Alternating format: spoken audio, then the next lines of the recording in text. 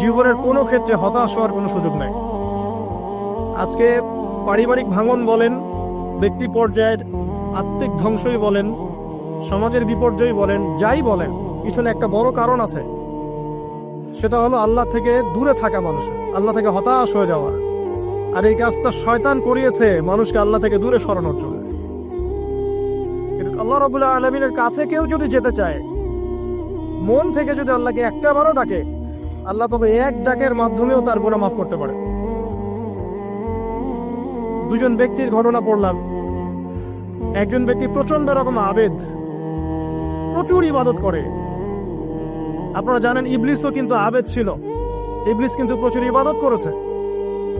এখন ওই ব্যক্তির একজন বন্ধু ছিল, এটা বনু ইসরাইলের ঘটনা। তো সেই বন্ধু পাপী ছিল, বিভিন্ন কবিরা গুনাহ করত। আর এই আবেদ ব্যক্তি বারবার তাকে নসিহত করত, গুনাহ ছেড়ে দাও, তুমি পাপ করছো, গুনাহ ছেড়ে দাও। তখন সেই ব্যক্তি যে পাপ করছে সে বলতো যে আল্লাহ কি তোমাকে আমার রক্ষক বানিয়েছেন? আল্লাহ কি তোমাকে আমার উপর দারোগা বানিয়েছেন? আমাকে আল্লাহর হাতে ছেড়ে দাও, আমাকে নসিহত করতে শোনা।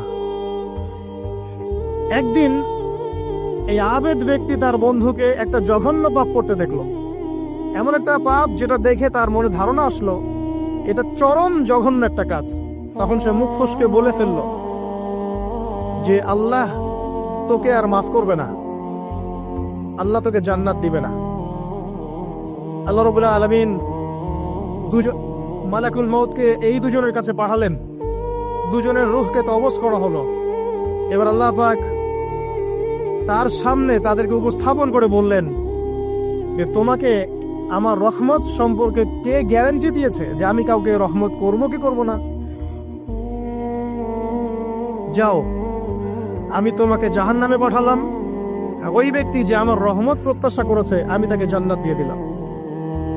দেখুন, এই হাদিসটা শুনলে মনে হয় বাহ্যিক হয়তো বা মুখের একটা কথার কারণেই সে জাহান্নামে চলে গেল। আসলে বিষয়টা এমন নয়।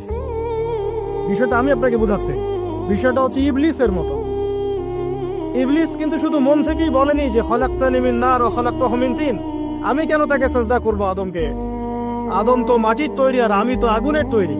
এটা ইবলিসের শুধু মৌখিক স্টেটমেন্ট ছিল না, কারণ কি ছিল? আবা ওয়াস্তাকবার, সে উদ্ধত হয়েছিল, অহংকার প্রদর্শন করেছিল। ভিতর থেকে ইন্টারনালি সে অহংকারী ছিল, সে আন্ডার এস্টিমেট করে কথাটা বলেছে, শুধু মৌখিকভাবে বলে নাই। কিন্তু ঠিক এই ব্যক্তির ঘটনা এমনই, সে মন থেকে অহংকারী হয়ে উঠেছিল, যদিও বা সে আবেদ ছিল। এখানে আমরা যারা প্র্যাকটিসিং মুসলিম হওয়ার চেষ্টা করছি, আমাদের জন্য এখানে নিদর্শন আছে।